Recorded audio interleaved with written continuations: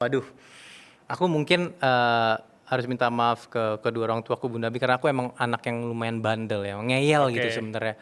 Cuman aku sangat bersyukur karena aku memiliki kedua orang tua yang membolehkan aku untuk Ya.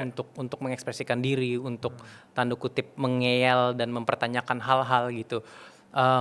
Aku memiliki kedua orang tua yang sangat, rationality dan logic driven gitu. Kayak contoh, aku inget banget setiap kali aku di sekolah tiba-tiba sering lah orang tuaku dipanggil sekolah waktu itu di sekolah Cikal karena aku melakukan hal-hal yang menurut mereka ini kayaknya kurang tepat deh secara code of conduct, bandel lah.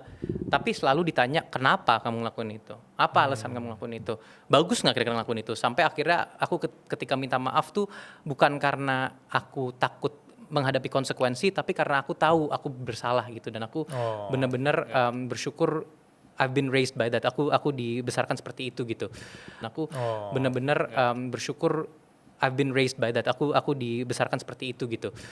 Mmm, aku di rumah mungkin adalah orang yang hard to deal with sebenarnya dan aku amat sangat, apa ya, salut dengan how, orang tuaku, abi bunda tuh bisa, apa ya, mengatasi itu gitu. Aku juga melihat bagaimana mereka, eee, apa ya, treat my sister dan kurang lebih sama gitu, Mmm, ditanyakan kenapa melakukan sesuatu, bener-bener ditantang setiap hari, jalan pikirannya, logikanya, dan, mungkin di rumahku tuh cara pembelajarannya adalah yang lumayan komunikatif gitu, mmm, "Udah lakuin ini, harus gini," enggak, tapi lebih kayak, "Kamu harus ngelakuin ini karena begini begini begini," dan seiring aku menjadi dewasa, mereka tuh selalu mempertanyakan, "Kamu kenapa ngelakuin ini?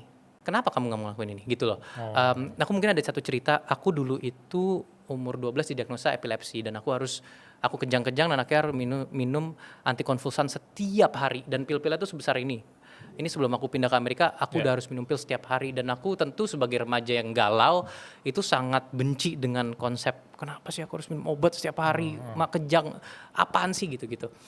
Aku inget sering kali aku kayak berseteru dan berantem dengan orang tuaku karena mereka tentunya khawatir dan akunya juga kayak membangkang dengan minum obat. Tapi looking back at it, melihat-lihat dulu tuh aku pas kecil diajarin, "Kamu minum obat biar kamu tidak," bukan hanya disuruh, "Kamu harus minum obat agar kamu tidak gini.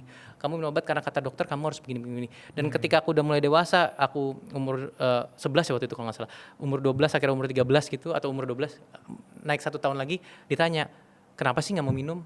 Apa sih?" Gitu. mmm, Jadi seiring jalan waktu tuh bahkan untuk hal yang life saving aja masih bisa dikasih tahu dengan rasional sehingga iya. aku pas gede aku kayak, "Oh ya, emang harus ya," gitu sih.